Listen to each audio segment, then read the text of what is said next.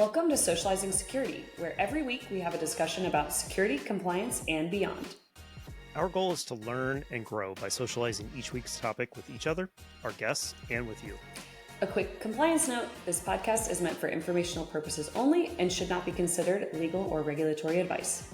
We're glad you've joined us, and we hope you'll learn along with us.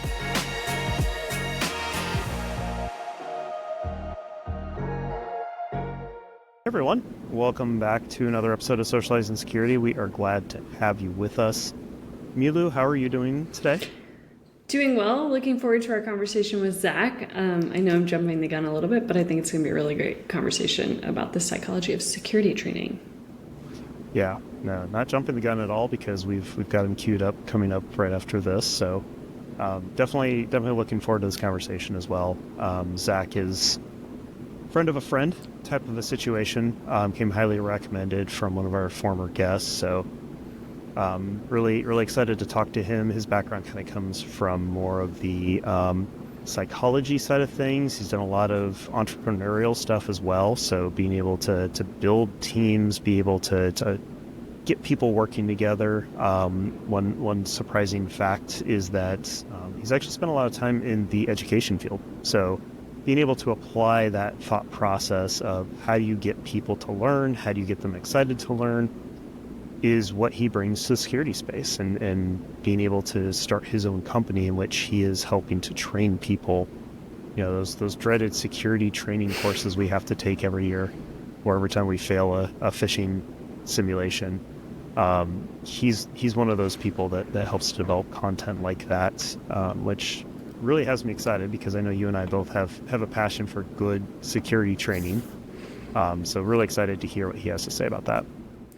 Yeah, I think what he's doing at Hook Security, which is his company that he's set up, which is really where he's doing the majority of building out custom curriculums for security trainings for companies based off of their specific requirements, right? Not just offering, I do think they offer some off the shelf, but really trying to work with the customer, because I think we'll get into it on the episode, but I think his mindset is very much of what is the goal of the training as opposed to are we just required to do training, and what's the goal for the employees that are actually going to be sitting through and taking the training. So I'm looking forward to getting his perspective on that as we kind of go through what it looks like to build out a successful information security training program. Yep. So if you're ready, let's go ahead and bring Zach on. Yeah. Well, we've got Zach here. Zach, thanks for joining us. Appreciate you coming on to talk with us a little bit about kind of the psychology within the security space. But before we really jump into it, can you kind of give everybody just a real quick introduction? Obviously, I already kind of introduced you, but give everybody a chance to hear your voice. Yeah, it's great to be here. I'm a big fan of just the idea of socializing security, so I'm very excited to see where we go today. My background, I'm one of those serial entrepreneurs that hired myself out of college. Previous to jumping into the security training space, I actually started 2 high schools and a middle school in the upstate of South Carolina.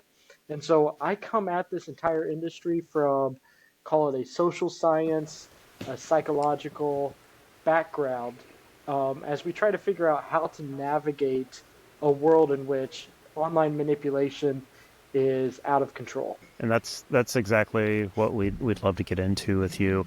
So maybe let's start with kind of that psychological aspect of it, because within the security space, we talk a lot about the psychological aspects of social engineering and how people are able to breach our defenses and using the weaknesses of the human aspect of things. Not to say the humans are the weakest aspect, but humans have weaknesses that sometimes are easier to exploit with psychology and being able to manipulate people.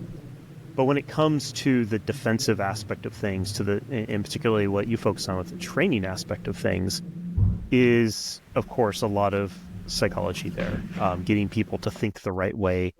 So maybe speak to kind of how you approach it as you look at training courses, when you look at running training programs for people, how you use psychology in that regard. Yeah, that's a lot to unpack there. So let's start with kind of a basic framing of the training world. Like, what are you trying to train people to do? And there's a spectrum of ways in which security trainers or CISOs or managed security service providers or the like try to reach through and get end users to change behaviors, right? But the question that I like to focus on and that we work with is not how do we train and figure out how to protect our users from monsters. Um, I focus on training from a psychological perspective. How do you help people fight monsters, right? And so, um, in some ways, I get that romantic job where if the castle is being stormed, and I'm the one that's rallying the troops inside and trying to take the 60-year-old, 80-year-old, 100-year-old man and the 12-year-old boy and put a sword in their hand and say, "Let's go." Right? And in some ways, that analogy could probably be teased out further. But that's when we come to like what my job is as a psychology security trader. It's to actually focus on what's going on in the mind and in the psyche, which is not an actual biological observable thing. And we have to use inference and we have to use a number of other correlative uh, research and studies to really understand what's going on psychologically so that people can fight the monsters as they come. And that's my job. Yeah. I like that. I like that analogy of just, and I think also of saying like, how do you help people fight the monsters? I think that's like a different way. Because obviously on the compliance side of things, I'm so used to people being like, well, we have information security training because we're required to have information security training. And I think they've forgotten about the, well, yes, because we need to be building out programs that help people identify these potential threats in their day-to-day, not just to check the box, right? Like I think sometimes we forget about like why are organizations doing this in the first place? Is it really just because we're like, oh well, somebody said that we had to do it? That's right. And I think in 2025, technology is out of Pandora's box. None of our parents, our colleagues, our children, our grandchildren one day are going to live in a world without technology. So the more we can just own the fact that we have to find ways to interact and to move through technology into places of higher productivity, I argue that's the highest form of psychological security is a person who's more productive with technology, not less. And we have to ask ourselves, is that worth fighting for and investing in? And then would employees want to work at organizations that want to equip them to navigate their entire lives with technology, not just check a box for training purposes, compliance purposes, as it were. Yeah. And that's, like Milou said, getting people to want to do the training. I know that a lot of the ways I've seen in the past become gamification. It's like, oh, hey, go take the training and then earn so many points, and whoever gets the most points gets a thing and things like that. I personally, those things don't really work on me because it's like, yeah, I know what you're trying to do. You're trying to manipulate me here into a certain behavior in a way that I don't really appreciate. I like kind of the concept of, it is a little bit gamification because I'm thinking a little bit of a D&D bent here where it's, hey, I'm going to teach you how to go fight monsters. And then, marrying that with doing like fake phishing tests with your employees kind of simulates that battle a little bit. And being able to do those types of things, I think, is a lot more interesting to me because it becomes this maybe not real world analogy because we're not out there fighting monsters most of the time, but that more understandable approach to, hey, this isn't just for compliance purposes. This isn't just because you failed the last phishing attempt.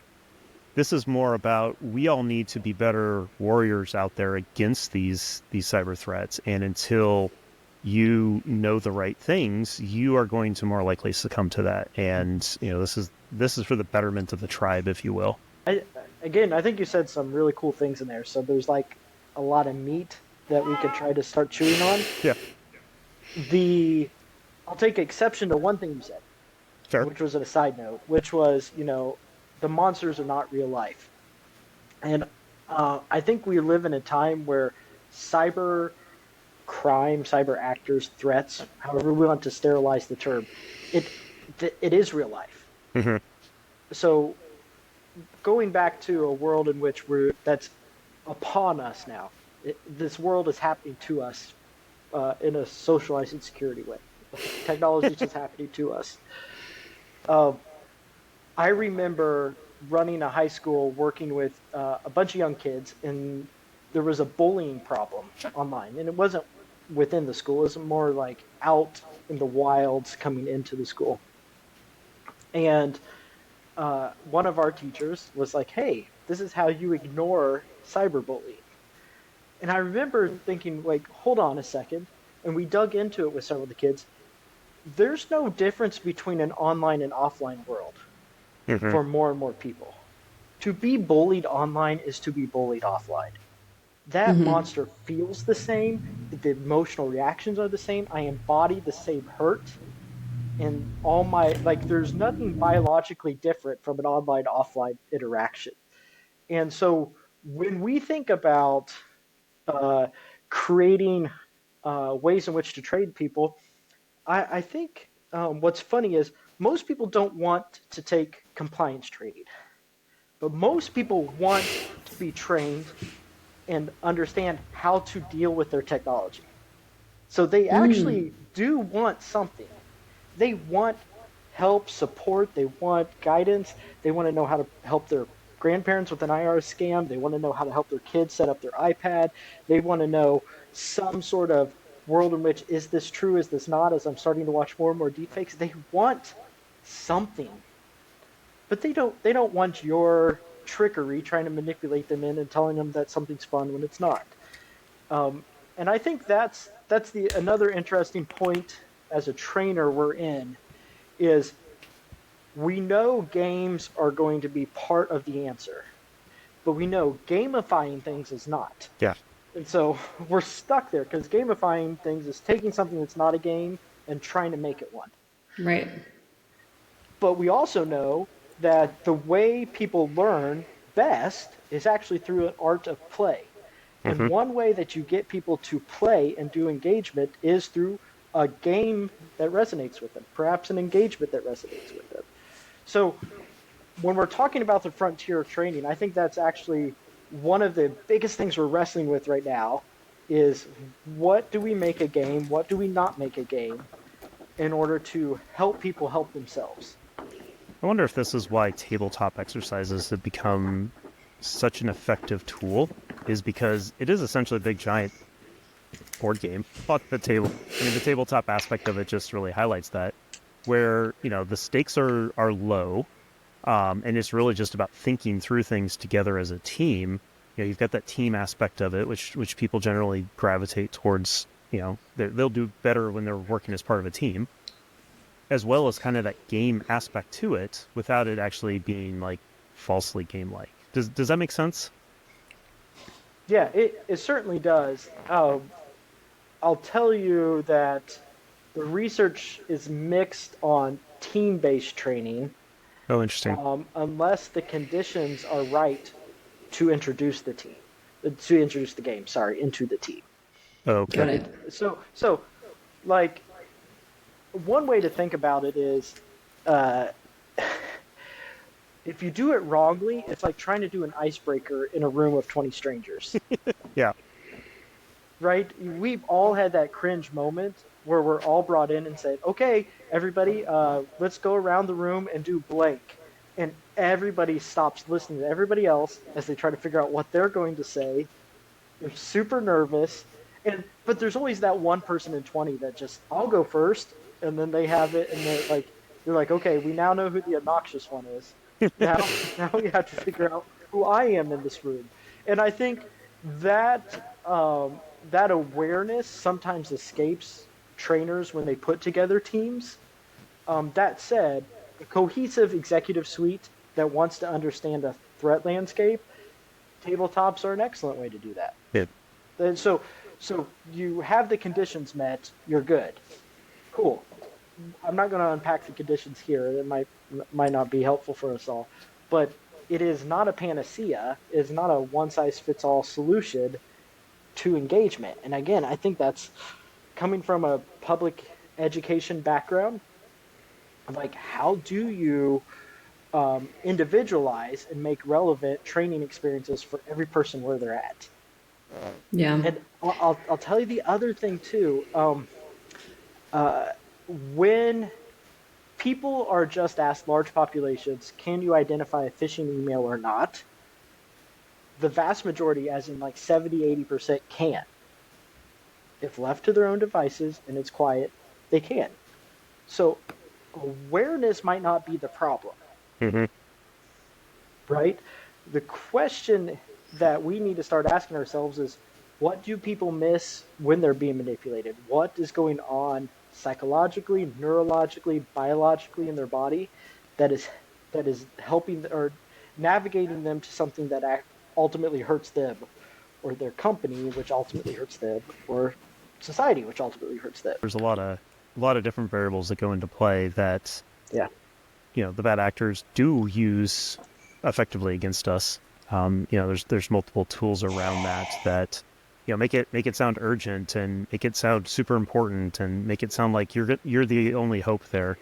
And those types of things help people to want to do the thing that they shouldn't be doing at that moment in time, which is why this is all about psychology.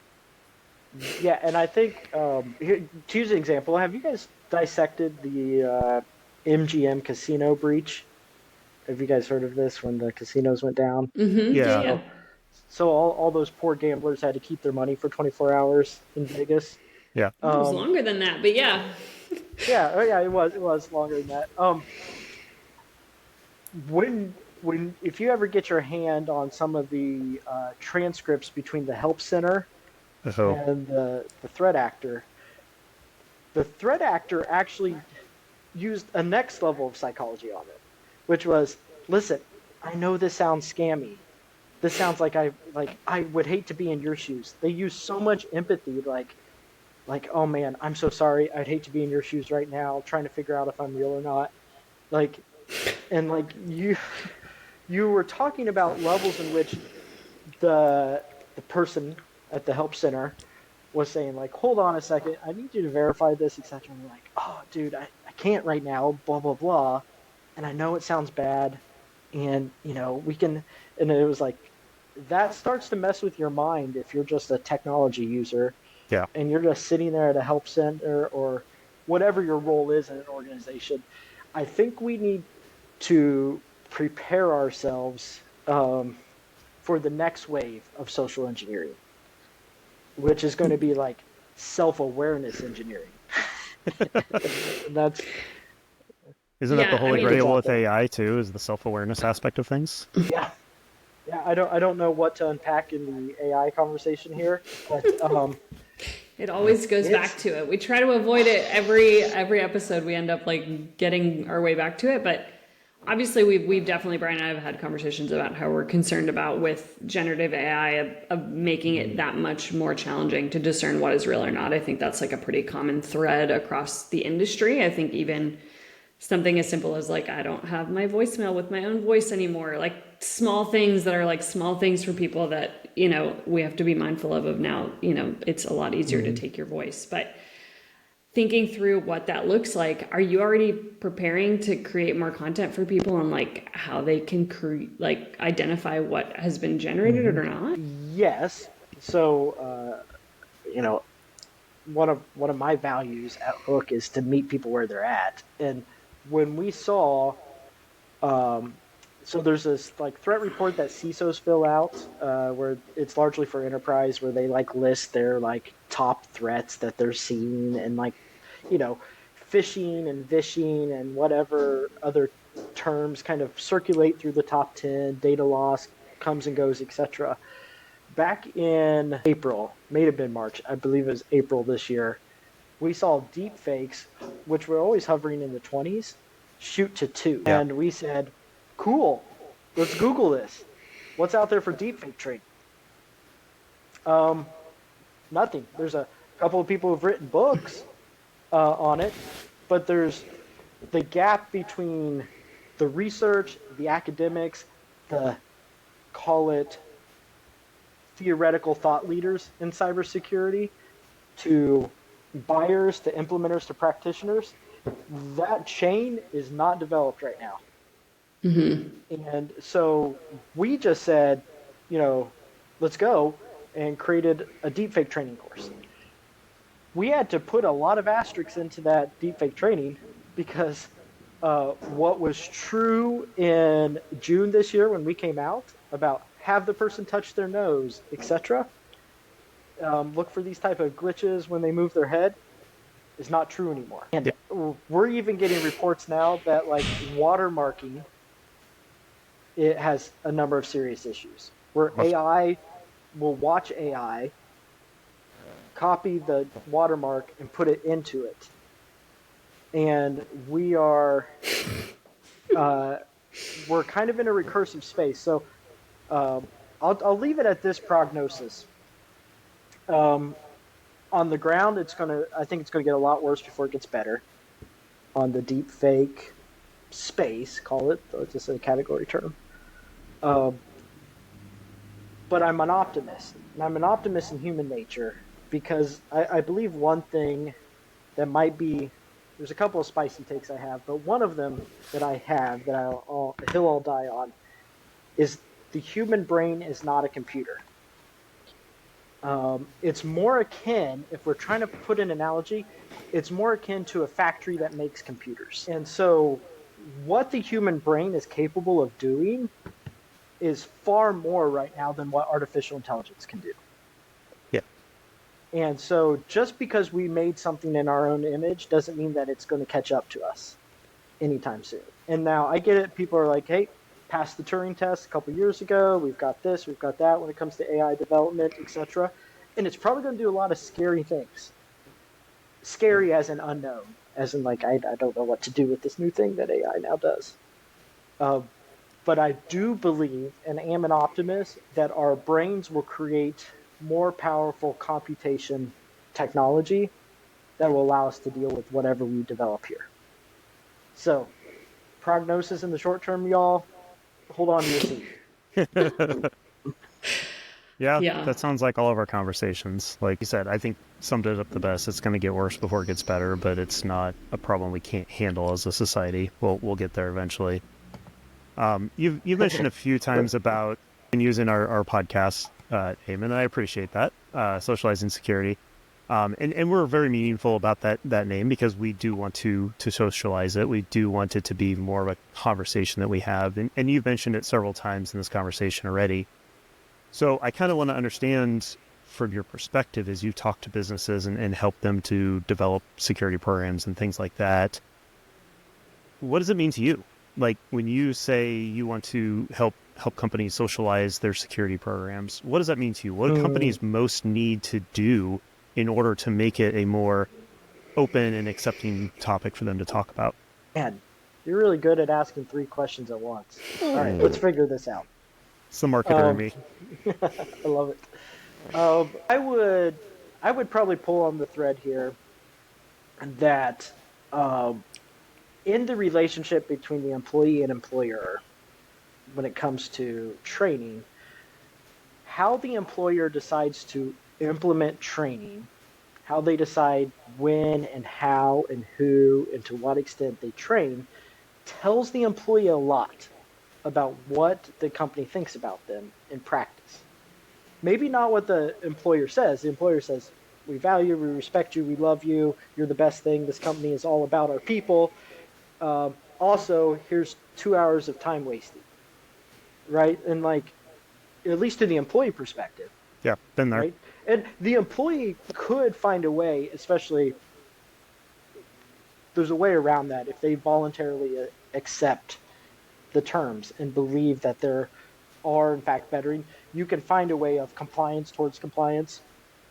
That aside, what ends up happening is this very, I want to say toxic, but that might be too strong. It's definitely a very difficult relationship now between the employer and the employee, where all of a sudden the person who did the training everybody's going to go to happy hour afterwards, but the trainer's not invited. And what happens when we're trying to socialize, democratize, bring forward everybody into training? Well, now the trainer's left out. Mm-hmm. Because you know what? That person, they're just not. They're not our personality. We know what they think of us, right? Yeah. And so same can happen with like horrible ways that phishing simulations are done, etc. And you end up creating continued silos on the security team, right? And the security team seems as the adversary. I mean, go talk to a salesperson who's trying to get a deal done, and they can't get past the tech review. Yeah. Because of some sort of compliance or what have you, and they think it's all nonsense. But they have no relationship with their own security team, let alone their buyer's security team. Mm-hmm. And so you end up, by training people poorly, putting up these big roadblocks for the ultimate socializing of security. When I said ironically, I believe that most employees would love relevant, real-time, appreciative training experiences that help them navigate their technology better.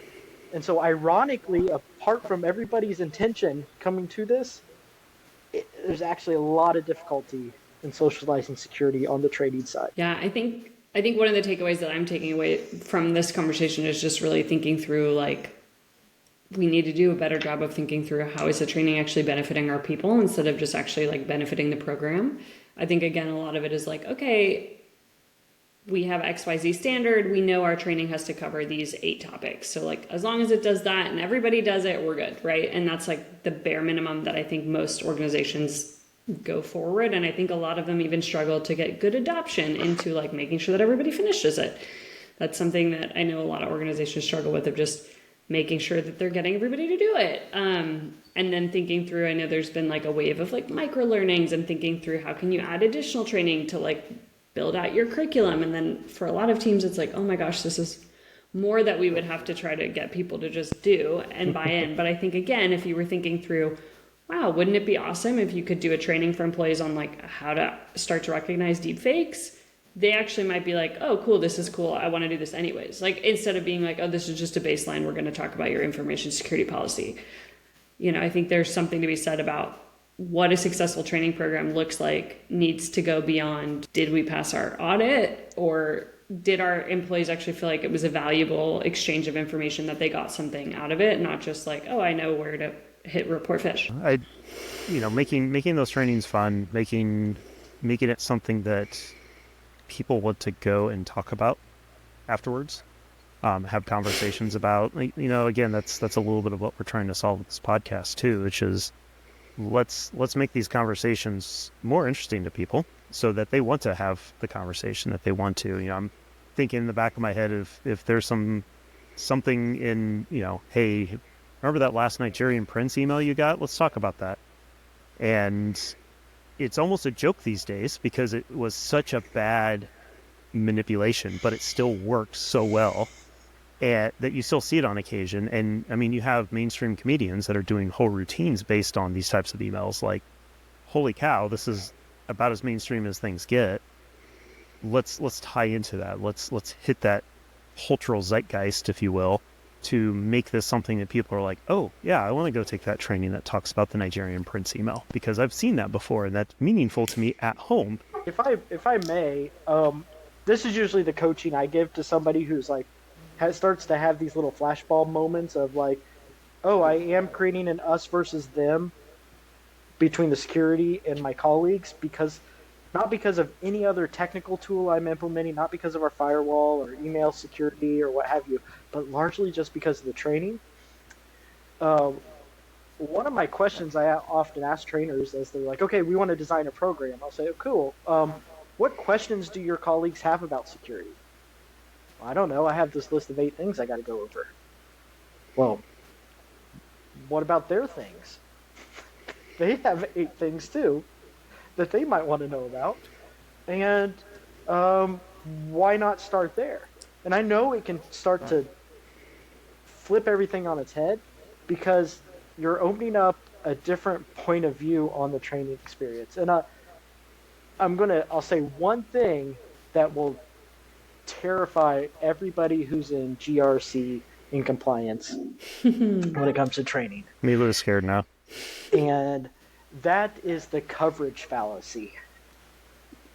And it stems back to some philosophical beliefs about how knowledge works, that if you don't cover it, it's not known. And it also comes back to this idea that there's such thing as fundamental knowledge, and then you build blocks on top of that. You've probably heard that through most of your education life. Yep. Like, oh, first we got to know the basics of math before we understand calculus. Yep. Actually, that's not true. You can actually introduce calculus concepts and work backwards to the math concepts, the elementary math concepts.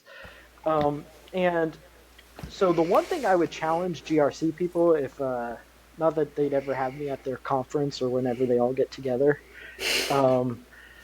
is leveraging approximation and curiosity to introduce a smaller set of topics that drive the conversation and the curiosity for the learner into the space further, right? To give them, don't tell them the password policy, give them ways in which they can engage in password management of their own passwords, both personally and professionally, and have them drive into the point where eventually they say, hey, what's our password policy? And you're like, great, before I answer that, what if we created a password policy for your family? How would you manage your kids and their passwords? Cool. All right, this company is doing something similar.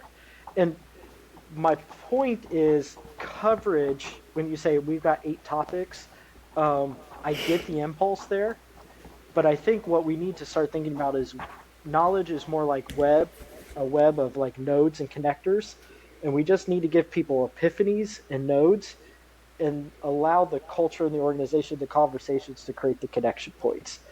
And that right there is how you actually unlock and create not an us versus them, but the trainer just becomes the guide to help people navigate an increasingly complex world of technology and vulnerability. So that's my soapbox. No, that makes a lot of sense. And as I think about the way I like to craft a presentation to try and get a point across in 15, 20, 40 minutes, that's a lot of the way I do it is, here's all these different things, and now let me tie it all together for you and show you that, because that's the way I approach educating an audience that doesn't know about the product I'm trying to sell on the product without telling them I'm telling them about the product. Like, let's all agree that these things are important, right? That's what my product does. That's awesome. Yeah. I think I love the idea of at least starting to think at GRC professionals. We have our audits. We're always going to have to hit those like baseline requirements unless our auditors start to be fine with us going a little bit more flexible. But I would say then thinking through like how can you tie in to more relevant topics like with your just touch points instead of just doing the bare minimum and only training once a year, like actually engage with your audience more frequently. I think in the way that you're talking about being like, let's talk about good password management for your families and like building out the strategy, especially when you start. I have active conversation with people about password management with their parents or their grandparents and thinking through like what happens if someone's unavailable? How do they get into their systems for whatever reason? And who's your person that has access, thinking through about it that way, because you might actually then again, I think inspire some really productive conversations. Zach, thank you so much. Again, I'm going to go into our last question but I think we definitely could have continued for a while. So we'll wrap up here, but we like to have kind of the same conversation with most of our guests, and we just like to have a little bit of cohesivity between the topics. So one of them had a CISO basically say that like they believe that the fight for privacy is dead, and that now it's very much the focus is the fight for security. We've lost the fight for privacy. And so I like to just ask people what their opinions are. Do you think they're still valuable? I'm sure your organization provides both security and privacy training, I'm sure. But, do you still feel like there is a fight for privacy, or is it really now for organizations to focus on security? It's an excellent observation. I definitely think the way we think about data and what's private information to me, my social security number, my health records, my financial records, etc. Yeah, that. I wouldn't say it's dead, but I don't know a better term for it. It's a battle that we'll lose.